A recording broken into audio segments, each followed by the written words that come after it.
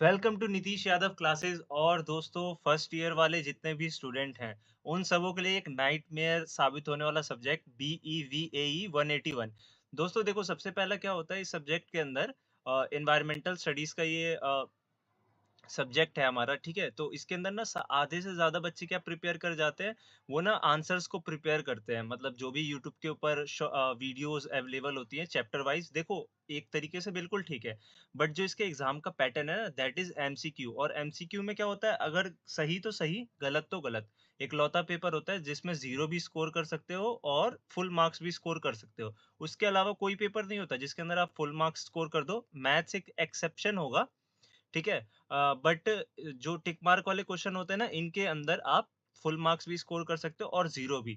तो दोस्तों ये वीडियो बहुत इंपॉर्टेंट होने वाला है क्योंकि इसके अंदर ना मोस्ट रिपीटेड क्वेश्चंस हैं। और मैं 50-50 करके, हो सके तो 3 या 4 पार्ट्स में ये वीडियो को डालने वाला हूँ, जिससे आप लोग की बहुत अच्छी प्रिपरेशन हो। क्योंकि हर बार देखा गया है कुछ क्वेश्चंस रिपीट करते हैं। और ये 50 मार्क्स का पेपर होगा और इसके अंदर आपको 18 मार्क्स लाने होंगे पास होने के लिए। और 18 मार्क्स आई होप, अगर 200 क्वेश्चन करके जाओगे ना तो 18 क्वेश्चन तो पक्का फंसेंगे। और अगर आपको इसका पीडीएफ चाहिए हो तो व्हाट्सएप ग्रुप को ज्वाइन कर लेना। व्हाट्सएप ग्रुप का लिंक मैं कमेंट के अंदर पिन कर दूंगा। ठीक है, और वीडियो को सब्सक्राइब, लाइक करना, चैनल को सब्सक्राइब करना। ठीक है, चलो स्टार्ट करते हैं। Who was the chairperson of the committee that submitted the report titled Our Common Future? तो देखो ये जो सस्टेनेबल गोल था ना, सस्टेनेबल डेवलपमेंट के ऊपर ना, ये एक मीटिंग रखी गई थी जिसका नाम था आवर कॉमन फ्यूचर। इसके अंदर मतलब बेसिकली ये था कि हमें ऐसे एनवायरनमेंट मतलब इस तरीके से ग्रोथ को करना चाहिए जिससे हमारे पर्यावरण या एनवायरनमेंट को बिल्कुल भी नुकसान ना हो। ठीक है, तो मतलब एक सतत विकास होता है ना, sustainable development without harming the environment, ऐसा डेवलपमेंट किया जाए। तो उस कमेटी के जो चेयरपर्सन थे जिन्होंने आवर कॉमन फ्यूचर को मतलब रिपोर्ट दी थी, उनका नाम था ग्रो हर्लम ब्रेटलैंड। और इनका ना क्वेश्चन हर बार आता है। और ये देखो चेंज भी हो सकता है कि ग्रो हर्लम ब्रेटलैंड की रिपोर्ट कौन सी थी, तो आवर कॉमन फ्यूचर। तो आई होप आपको ये आंसर क्लियर होगा। चलिए अगला देखिए, विच of the following is not a human made environment. अब देखो ह्यूमन मेड एनवायरनमेंट क्या होता है कि जिसके अंदर ना बेसिकली जो एनवायरनमेंट ह्यूमन द्वारा नहीं बनाया गया है। जैसे डैम देखो ह्यूमन ने बनाया है, क्रॉप फील्ड्स ये भी लगभग ह्यूमंस ने ही बनाए हैं, आर्टिफिशियल लेक ये भी ह्यूमंस ने ही बनाया है। लेकिन ये ऑर्किड्स होते हैं ना, ये फलों के जो बागान होते हैं, इनडायरेक्टली मैन मेड है। ठीक है, लेकिन जो इसके सीड्स वगैरह हैं वो तो नहीं बने होंगे ना। तो इसी वजह से ऑर्किड्स मेरे को इसका सबसे अच्छा आंसर लगा, क्योंकि इसमें देखो ये सभी एक तरीके से मैनमेड है, but orchids is the right one. ठीक है, और इसके अंदर ना ये भी ध्यान रखना, ये ना नॉट मतलब क्वेश्चन को 2 बार पढ़ना। 2 घंटे का पेपर होगा लेकिन ये एक भी क्वेश्चन को ना 2 बार पढ़े बिना मत छोड़ना, क्योंकि इसके अंदर नॉट कहीं पढ़ते हैं नहीं पढ़ते, इस वजह से हम गलत आंसर को टिक कर देते हैं। चलिए, united nation conference on environment and development UNCED in 1992 was organised at. अब देखो ये ना बहुत ही ज्यादा बार रिपीट होने वाला क्वेश्चन है। और एनवायरमेंटल स्टडीज है ये चैप्टर, तो ये आप लोगों के लिए एक जरूरी क्वेश्चन भी बनता है कि 1992 के अंदर जो ये UNCED था, United nation conference on environment and development, कहाँ पे ऑर्गेनाइज हुआ था। तो ये ब्राजील में रियो डे जेनेरियो के अंदर ऑर्गेनाइज हुआ था। और इसके अंदर ना 2-3 इम्पोर्टेंट मतलब डेट्स हैं जो हर बार रिपीट हो जाती हैं, इनमें से एक ये भी है। चलिए, नेक्स्ट क्वेश्चन क्या है, which one of the following statement related to ecosystem is correct. अब देखिए इसके अंदर ना इन स्टेटमेंट में से हमें बताना है कि इकोसिस्टम के बारे में कौन सी स्टेटमेंट करेक्ट है। तो देखो, all ecosystems have well defined boundaries. ठीक है, ecosystems are self-sustaining because they are well insulated from outside influence. An ecosystem having autotrophs and heterotrophs but decomposer could be self contain number. ठीक है, और इसके बाद क्या है, ecosystem represent enormous contrast in size and complexity. तो देखो इसके अंदर ना करेक्ट पूछा है, तो इकोसिस्टम के अंदर कोई बाउंड्रीज डिफाइन नहीं होती। ठीक है, इकोसिस्टम कहीं भी हो सकता है। मानो वो एक छोटे से एक्वेरियम में भी हो सकता है, बड़े से अर्थ पे भी हो सकता है। और इकोसिस्टम के अंदर सेल्फ सस्टेनिंग मतलब ecosystems are self sustaining because they have well insulated from outside influences. ऐसा तो होता ही नहीं, इकोसिस्टम को आउटसाइड इन्फ्लुएंस बहुत ज्यादा मतलब इफेक्ट करते हैं, ठीक है, तो ये भी गलत ऑप्शन हो जाता है। An ecosystem having autotroph and heterotroph but decomposer could be self contained. नहीं, ऐसा नहीं होता, डिकम्पोजर्स भी पहले से पाए जाते हैं, ठीक है। तो इसका जो करेक्ट है कि ecosystem represent enormous contrast in size and complexity. क्योंकि देखो, ecosystem can range from a small pond to a vast forest और a ocean and their complexity varies greatly, ठीक है। ये भी चलिए, आई होप आप लोग को क्लियर होगा। इन फूड चेन हर्बीवोर्स रिप्रेजेंट। अब देखो, फूड चेन के अंदर जो हर्बीवोर्स होते हैं ना, वो सेकेंडरी लेवल को दिखाते हैं, थर्ड कार्निवोर दिखाते हैं, और फोर्थ अपना डिकम्पोजर्स दिखाते हैं, और फर्स्ट पे आता है जो प्लांट्स वगैरह होते हैं फूड चेन्स के अंदर। तो ये भी एक बार आप फूड चेन को भी अच्छे से पढ़ लेना, इसके रिलेटेड जो भी क्वेश्चंस आते हैं। तो हर्बीवोर्स जो होता है वो ट्रॉपिक लेवल 2 को दिखाता है। और अगर किसी को इसकी हिंदी की क्लास चाहिए हो तो मैं वो भी अपलोड कर दूंगा नेक्स्ट वीडियो के अंदर, तो आप लोग हिंदी वाले बच्चे उससे देख सकते हो, और ये इंग्लिश वालों के लिए है। हिंदी वाले भी कर सकते हो यार, क्योंकि पेपर दोनों मीडियम में आता है, तो आप देख के अच्छे से कर सकते हो इसको। The largest reservoir of sulphur और the earth surface is soil and sediments. अब इसके अंदर ना देखो, कुछ ना एक ट्रिक होती है कि सिलेक्टिव मतलब हमें ऑप्शंस को ना रखना पड़ता है। अब जैसे देखो, इसके अंदर पूछा क्या है कि रिजर्वियर बताओ सल्फर का, मतलब सल्फर सबसे ज्यादा किस मात्रा में किसके अंदर पाया जाता है अर्थ की सरफेस पे। ओशन के अंदर सल्फर, कभी वाटर के अंदर सल्फर के बारे में सुना है? ऑल्दो अगर एसिडिक रेन हो तो वो हम समझ सकते हैं, बट सबसे ज्यादा लार्ज अमाउंट में ओशन में नहीं हो सकता, एटमॉस्फेयर में भी नहीं हो सकता, क्योंकि एटमॉस्फेयर के अंदर अदर गैसेस भी हैं, सल्फर उतनी ज्यादा नहीं होती। ऑर्गेनिजम्स ऑर्गेनिजम्स के अंदर इतना ज्यादा सल्फर भी नहीं पाया जाता, कुछ एक चुनिंदा मतलब अमाउंट में पाया जाता है, बट इतना ज्यादा नहीं आता। सॉइल्स एंड सेडिमेंट्स, अब यही एक चीज बचती है जिसके अंदर सल्फर होता है, ठीक है। और मेरे देखना, जो फर्टिलाइजर्स वगैरह भी कभी कभी ऐड किए जाते हैं सॉइल्स एंड सेडिमेंट्स के अंदर, सॉरी सॉइल्स के अंदर, तो उनके अंदर भी कंटेन होता है कुछ मात्रा में सल्फर वगैरह। चलिए, which one of the following is known as the primary community. अब देखो, इसके अंदर आपको बताना है मॉसिस, लाइकन, ग्रास, श्रब्स।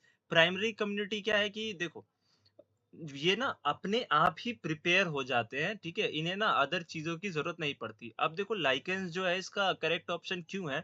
क्योंकि ये ना बेयर रॉक, सिर्फ रॉक के ऊपर भी प्रिपेयर हो जाते हैं, और लाइकेंस के आसपास ना मतलब जो देखना कि ऑक्सीजन काफी अच्छे अमाउंट में होता है, और उसके आसपास पेड़ वगैरह भी ग्रो करते हैं, ये उनको हेल्प भी कर देता है। कभी कभी करता है, कभी कभी नहीं भी करता, ठीक है। तो मॉसेस, ग्रासेस, श्रब्स, इन लोगों को तो जरूरत पड़ती है, बट लाइकन नहीं, वो रॉक के ऊपर भी ग्रो कर जाता है। The predominant predatory bird in the desert ecosystem is, तो ये है जिप्स बेंगालिनेसिस, ठीक है, इसको अच्छे से याद कर लेना, जिप्स बेंगालेनेसिस, क्योंकि ये एक यूनिक नेम भी है और रिपीट हो सकता है। इसके अलावा ना एक नॉकटर्नल का रिपीट होता है, जिसका आंसर एक आउल होता है। मैंने हर एक वीडियो के अंदर ना इन क्वेश्चंस को कवर किया है, तो उसकी वजह से मुझे पता है।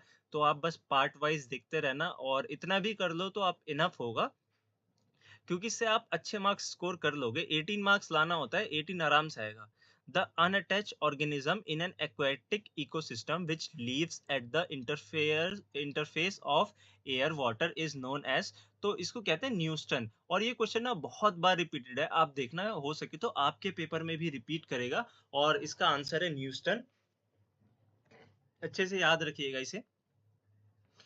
In ocean, productivity zone is shallow and rich in species with high species, तो उसको कहते हैं नेरेटिक, नेरेटिक, ठीक है। Which of the following forest has the most diverse communities. अब देखो, सबसे ज्यादा डाइवर्सिटी जिस फॉरेस्ट में पाई जाती है वो होते हैं ट्रॉपिकल रेन फॉरेस्ट। ये सदाबहार वन होते हैं, ठीक, वन होते हैं। ये हिंदी से भी आप लोग समझ जाओगे, जो रेन फॉरेस्ट होते हैं ना, इसके अंदर सबसे ज्यादा बायोडाइवर्सिटी या डाइवर्स कम्युनिटीज भी पाई जाती हैं। Loss of water in vapour from the plants is known as, तो इसको कहते हैं ट्रांसपिरेशन। और अगर loss of water from a surface होता है ना, तो तो उसको कहते हैं इवापोरेशन, ठीक है। और सब्लिमेशन होता है the change of solid state directly into the gaseous state without changing into the liquid state, ठीक है, और वाइसे वर्सा। मतलब देखो सॉलिड से डायरेक्ट गैसियस स्टेट में चला जाता है तो वो सब्लिमेशन होता है। और सब्लिमेशन का सबसे अच्छा एग्जांपल होता है कैम्फोर। जो कपूर होता है ना, अगर उसको कभी आप गर्म करोगे ना, तो वो सॉलिड से सीधा गैसियस लिक्विड स्टेट में नहीं जाता। और इवेपोरेशन आप लोगों को पता ही होगा कि जो वाटर वेपर्स होते हैं वो धूप की वजह से हल्के हो गए और ऊपर चले जाते हैं। कंडेंसेशन जो क्लाउड बन जाता है और उसके बाद फिर प्रेसिपिटेशंस, मतलब दोबारा रेन होती है उससे। ठीक है, कंडेंस ठंडा होने के बाद उनके मतलब जब बहुत ज्यादा अमाउंट में वो इकट्ठा हो जाते हैं बादल में। और ट्रांसपिरेशन होता है कि loss of water in vapour from the plant is known as, ठीक है, तो ये होता है ट्रांसपिरेशन और ये स्टोमेटा से होता है। नॉलेज के लिए बता दिया, मुझे इसके बारे में थोड़ा बहुत पता था तो मैंने इतना ज्यादा बोल दिया। Which one of the following is an economic impact of drought. अब देखो सूखा पड़ने का इकोनॉमिक इम्पैक्ट क्या हो सकता है? Conflict between water users. अब देखो यार सूखा पड़ रहा है तो, लेकिन ये देखो इकोनॉमिक तो नहीं है ना, ये तो वॉर है। ठीक है, तो ये इकोनॉमिक नहीं हो सकता। इरोजन ऑफ सॉइल, मृदा अपरदन, ये भी इकोनॉमिक रीजन नहीं है। शॉर्टेज ऑफ फूड, ये भी इकोनॉमिक नहीं है। But loss of crop economic है, क्योंकि अगर देखो फसलों का नुकसान हो रहा है तो इनडायरेक्टली आपके पास आपके पैसे का नुकसान हो रहा है। तो ऐसे आंसर्स के अंदर सिलेक्ट करना पड़ता है ऑप्शंस के अंदर से। ठीक है, next question, the type of soil found in the Deccan Malwa plateau of western and central India is, तो ब्लैक सॉइल। मतलब ये वेस्टर्न घाट्स और मालवा प्लेट्यू होते हैं ना सेंट्रल इंडिया के आसपास में, यहाँ पे ब्लैक सॉइल पाई जाती है। और इसका एक क्वेश्चन ये भी बन सकता है कि ब्लैक सॉइल में कौन सी क्रॉप सबसे अच्छी होती है, तो दैट इज कॉटन। तो ये भी आप लोग याद रखिएगा। नेक्स्ट क्वेश्चन देखते हैं, which one of the following is not a major cause of land degradation. ये बेसिकली मृदा अपरदन जो होता है ना, मतलब जो सॉइल की फर्टाइल लेयर होती है उसके इरोजन को कहा जाता है लैंड डिग्रेडेशन। तो deforestation, overgrazing, development of shed, agriculture mismanagement. अब देखो लैंड डिग्रेडेशन, तो मैंने आपको बताया कि क्या होता है कि जो मतलब फॉरेस्ट की या सॉइल की जो फर्टाइल लेयर होती है अपर लेयर, उसका क्या कहते हैं लॉस होना। ठीक है, उसको कहा जाता है लैंड डिग्रेडेशन। लेकिन अगर हम इसके अंदर इस नॉट को ना पढ़े ना, तो फिर तो इसका डिफॉरेस्टेशन, ओवरग्राजिंग, ये भी हो सकता है। बट इसके अंदर क्या पूछा है कि नहीं है इसका कारण, तो वो है डेवलपमेंट ऑफ वाटरशेड। तो वाटरशेड बनाओगे तो उससे कैसे, मतलब सॉइल लॉस कैसे होगी? वाटरशेड भी अगर तुम बना दोगे तो भी तो मिट्टी बची रहेगी, और बल्कि वो तो अच्छा एक सोर्स है ना कि आपकी मिट्टी भी बच रही है और ग्राउंड लेवल भी रिचार्ज हो रहा है, अंडरग्राउंड वाटर लेवल रिचार्ज हो रहा है। डिफॉरेस्टेशन, अगर पेड़ों को काट दोगे तो देखो जो पेड़ होते हैं ना उनकी जड़ें सॉइल की लेयर को पकड़ के रखती हैं, तो वो बचाता है। ओवरग्रासिंग, जो घास होती है वो भी यही काम करती है, उसकी भी जड़ें सॉइल को रोक के रखती हैं। एग्रीकल्चरल मिसमैनेजमेंट, अगर तुम एग्रीकल्चर का सही मैनेजमेंट नहीं करोगे, आप देखते हो ना अब वो उसकी जुताई वगैरह नहीं की जाती, वो बंजर हो जाती है। तो ऊपर की मिट्टी बहुत ज्यादा मतलब डस्टी फॉर्म में आती है। फिर ये जब जैसे धूल वगैरह बहुत ज्यादा चलने लगे, मान लो स्टॉर्म्स आ जाते हैं, तो उसके अंदर तो उसका लॉस होगा ही होगा। तो ये सब तो रीजंस है लैंड डिग्रेडेशन के, लेकिन डेवलपमेंट ऑफ वाटरशेड इसका रीजन नहीं था। Which one of the following statement about the tropical rainforest is not correct? Not correct, फिर से ध्यान दीजिएगा। ये ज्यादातर ना नॉट पे पूछता है, करेक्ट पे नहीं पूछता। करेक्ट नहीं है वो बताओ। It cover less than 7% of earth land surface, मतलब ये करेक्ट स्टेटमेंट है। It account for more than 50% of all known species, ये भी करेक्ट है। आपको पता है सबसे ज्यादा जो डाइवर्स कम्युनिटीज कहाँ पाई जाती हैं, वो ट्रॉपिकल रेन फॉरेस्ट में पाई जाती है। About 62% of all known plants are found in these rainforest, ये भी करेक्ट है। The rainforests are only found around Amazon and Nile basins, तो देखो ये गलत बात है, क्योंकि जो ट्रॉपिकल रेन फॉरेस्ट रहता है central Africa, south east Asia और पार्ट्स ऑफ ऑस्ट्रेलिया में भी पाए जाते हैं। तो आई होप आप लोग को ये क्लियर होगा। चलिए नेक्स्ट क्वेश्चन क्या है, the Amazon basin holds the largest tropical rainforest. These rainforests are also found in region like Central Africa, Southeast Asia. Sorry, I'm sorry, मैंने ये explanation पढ़ दिया। 17th question. It has been estimated that India needs forest to meet the ecological and economic need. Percentage area under.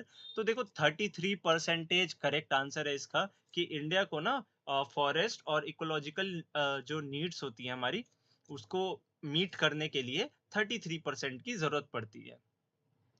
और NTFP stands for, तो ये होता है non timber based forest product. ठीक है, इसकी फुल फॉर्म आप लोग अच्छे से पढ़ लीजिएगा, non timber based forest products.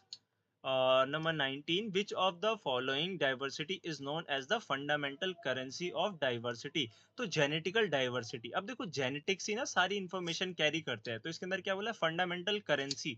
मतलब जो फंडामेंटल है वो क्या है, जेनेटिक ही तो है, वही तो जो जेनेटिकल डाइवर्सिटी वही तो कैरी ऑन होती है ना। और ये स्पीशीज डाइवर्सिटी नहीं हो सकता, ecosystem diversity, both genetic and species diversity.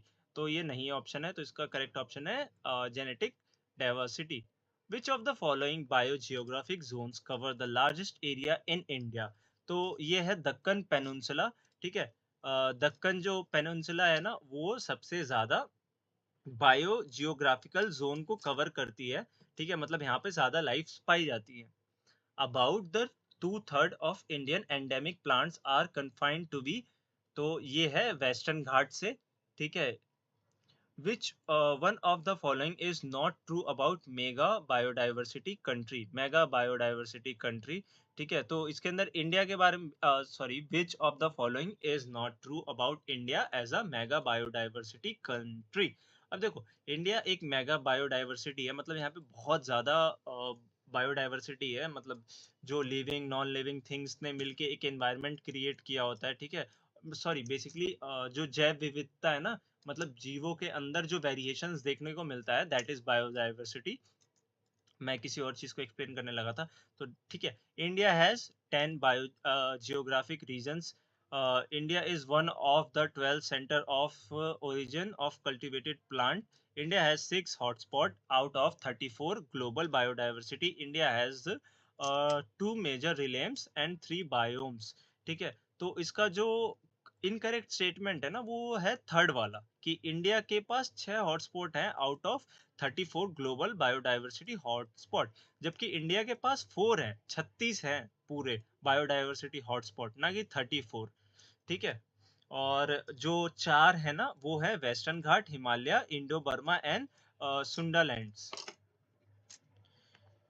चलिए next question, in the India the first wave of tidal energy project was set up in. अब देखो, टाइडल एनर्जी का जो सबसे पहला प्रोजेक्ट है वो कहाँ पे सेटअप हुआ था, तो वो हुआ था विजिंजम इन केरला। अब देखो केरला कोस्ट, मतलब कोस्टल एरिया के पास है, और उस टेक्नोलॉजी के मामले में आप भी जानते हो काफी ज्यादा डेवलप है। तो देखो, सुंदरबन इन वेस्ट बंगाल, वेस्ट बंगाल के अंदर ऐसी कोई चीजें है नहीं, चेन्नई इन तमिलनाडु, और ये हंसथल क्रेक इन गुजरात। अब देखो, अगर मैं आप लोग की जगह होता ना, मैं कंफ्यूज होता केरला और तमिलनाडु के अंदर, क्योंकि मुझे गुजरात और बंगाल का पता है कि यहाँ पे अभी तो नहीं है, क्योंकि अगर होता तो ये बहुत ज्यादा हाईलाइटेड रहता, तो इट्स केरला ऑब्वियस। ठीक है, इसको याद कर लेना आप लोग। Which of the following source contributes maximum electricity in India? Hydro power, oil, coal, natural gas. अब देखो इंडिया के अंदर ना हाइड्रो पावर प्लांट्स हैं, ठीक है, ऑयल वगैरह भी है, नेचुरल गैसेस भी है, बट कोल है ना जो मैक्सिमम अमाउंट है ना इलेक्ट्रिसिटी का, उसके रिक्वायरमेंट में हेल्प करता है। क्योंकि देखो जो ये डीजल मतलब चलाने के लिए चाहिए होता है ना इन लोगों को, हाइड्रो पावर्स वगैरह को, वो सब कोल से ही उसकी रिक्वायरमेंट पूरी होती है। ठीक है, which of the following source of energy is used maximum in rural India? अब देखो रूरल इंडिया के अंदर एनर्जी का जो मैक्सिमम यूज होता है, ठीक है, या कंजप्शन किस चीज से होती है, तो वो होता है बायोमास से। जो ये गोबर वगैरह होता है ना, काव डंग वगैरह, इससे होता है। ठीक है, इससे तो आप इससे भी समझ सकते हो ना कि रूरल एरिया की बात हो रही है, बायोगैस इतना ज्यादा डेवलप नहीं हो पाता है, क्योंकि उत्तराखंड वगैरह में तो चलो बायोगैस का मैंने सुना है कि थोड़ा बहुत यूज होता है दोस्तों से, बट बिहार वगैरह साइड में तो यार देखो बायोमास चलता है, तो उससे मुझे पता है कि बायोमास ही था। Maximum population that can be supported by the resource of the planet at a given level of technology is known as, तो ये इसे कहा जाता है बायोफिजिकल कैरिंग कैपेसिटी। अब देखो इसके अंदर क्या पूछा है, maximum population that can be supported by the resource of the planet at a given level of technology. तो देखो टेक्नोलॉजिकल कैरिंग कैपेसिटी नहीं है। ठीक है, क्योंकि इसके अंदर देखो क्या बोला गया है कि पॉपुलेशन सपोर्ट होती है, तो बायोफिजिकल कैरिंग कैपेसिटी होती है, वो टेक्नोलॉजिकल कैरिंग कैपेसिटी नहीं होगी, टेक्नोलॉजी थोड़ी कैरी हो रही है, इनडायरेक्टली वहां पे एक मतलब बायोस्फीयर लिविंग थिंग्स को वो किया जा रहा है, कैरी किया जा रहा है। चलिए नेक्स्ट है which of the following is an example of selective destruction of species. तो इसका आंसर है पैसेंजर पिजन्स। पहले ये जो होता था ना, कबूतर जा जा कबूतर जा, संदेशा जो देने जाते थे कबूतर, तो ये सिलेक्टिव डिस्ट्रक्शन का एग्जांपल है, क्योंकि इनको ना सिलेक्टिवली मारा गया, शिकार किया गया इन लोगों का। ठीक है, मेरे ख्याल से जो गर्लफ्रेंड्स होती होंगी, नाराज होती होंगी, वही कर देती होंगी इनका शिकार।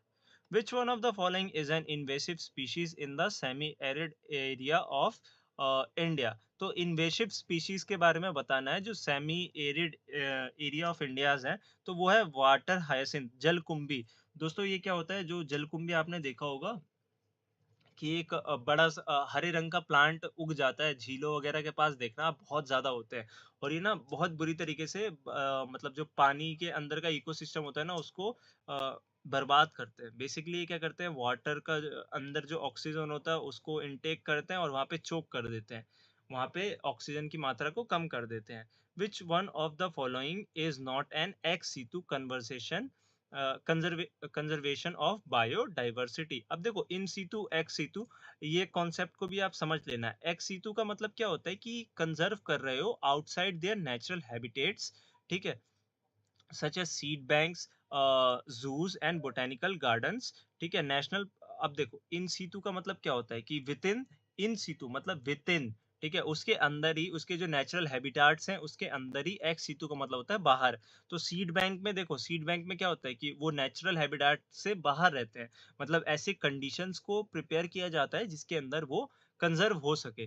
ठीक है, बोटेनिकल गार्डन्स में भी यही किया जाता है, जूलॉजिकल पार्क में भी यही किया जाता है, बट जो नेशनल पार्क एंड सेंचुरीज होती है ना, वो एरिया को रिजर्व कर दिया जाता है, और विद इन दैट रीजन उसके अंदर ही कंजर्वेशन किया जाता है किसी भी चीज का, मानो वो एक एनिमल स्पीशीज हो या कोई प्लांट वगैरह हो।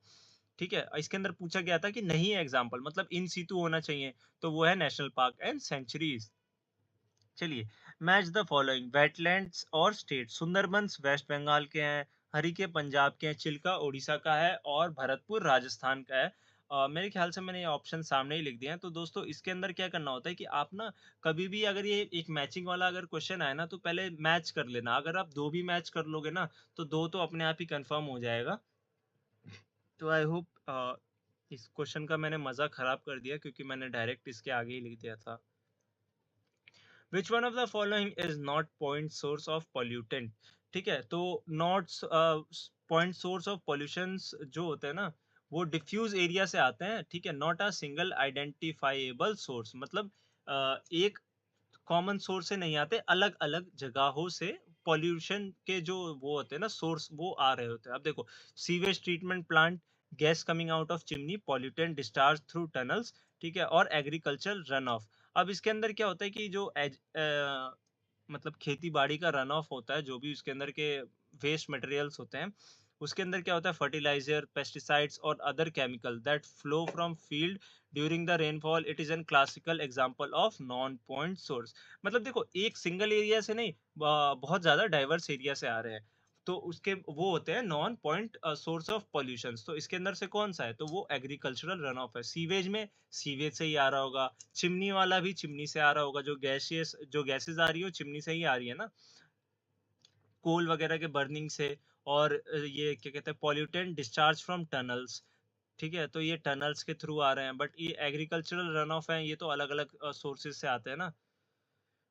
नेक्स्ट क्या है, which of the following is not a natural pollutant. अब देखो, नेचुरल पॉल्यूटेंट नहीं है, मतलब मैन मेड है। तो pollens and volatile organic compound from plant, ये तो देखो नेचुरल लग रहा है। Sulphur dioxide from volcanic eruption. अब देखो, खाली सल्फर डाइऑक्साइड बोलते तो हम कंफ्यूज हो सकते हैं, बट वॉल्केनिक, ये वॉल्केनोस को तो पहले से है ना, हमने थोड़ी बनाया है।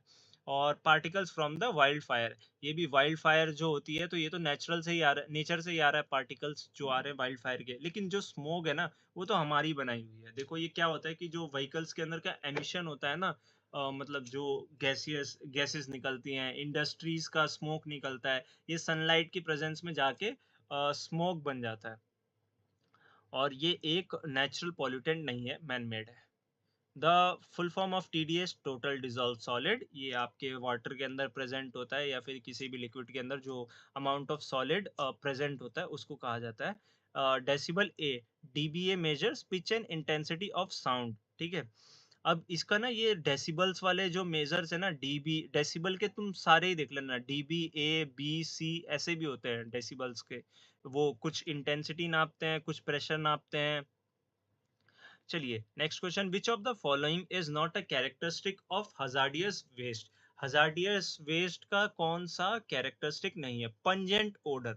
अब देखो, ignitability, radio activity, toxicity. Hazardous जो वेस्ट होता है ना, ये बेसिकली जो जैसे आपका वो होता है ना गाड़ी के अंदर जो आप ऑयल डालते हो ना, तो वो जब ये जल जाता है तो वो भी एक हजार्डियस वेस्ट है। मतलब ये बहुत ज्यादा हार्मफुल होते हैं, ठीक है, और इसका जल्दी डिकम्पोज भी नहीं होते। और इनके अंदर ना इग्निटेबिलिटी मतलब जल जाते हैं, radio activity, radio active particles के साथ रिएक्ट कर देते हैं, टॉक्सिसिटी मतलब डेंजरस होते हैं। ये सब तो देखो इस हजार्डियस वेस्ट के हैं, बट पंजेंट ओडर अमोनिया, अगर आप में से साइंस का कोई स्टूडेंट होगा ना, उसने स्मेल किया होगा अमोनिया को, अमोनिया का ना पंजेंट ओडर आता है। तो पंजेंट ओडर तो देखो एक कैरेक्टरिस्टिक नहीं है हजार्डियस वेस्ट का। नेक्स्ट क्या है, which of the following is a physical treatment of hazardous waste. तो ये है लगूनिंग। लगूनिंग के अंदर क्या किया जाता है कि मतलब ना उसको एक जगह पे वो कर दिया जाता है, स्टोर कर दिया जाता है, जिसके अंदर वो आराम से जो डिकम्पोजर्स होते हैं वो सब मिलके उसको डिकम्पोज करते हैं, ठीक है। Which of the following method is generally used when many industries and urban area do not have enough vacant spaces for disposal of waste? अब डिस्पोजल ऑफ वेस्ट का इसके अंदर पूछा गया है कि कौन सी टेक्निक को यूज किया जाता है, तो दैट इज इंसिनरेशन। अगर आपके पास इनफ स्पेस नहीं है तब उसको ना जलाया जाता है, ठीक है, जो वेस्ट होता है ना, और उसके वेस्ट के वॉल्यूम को कम किया जाता है। और ये सूटेबल होता है उन एरियाज के लिए जहाँ पे लैंड की कमी होती है, ठीक है।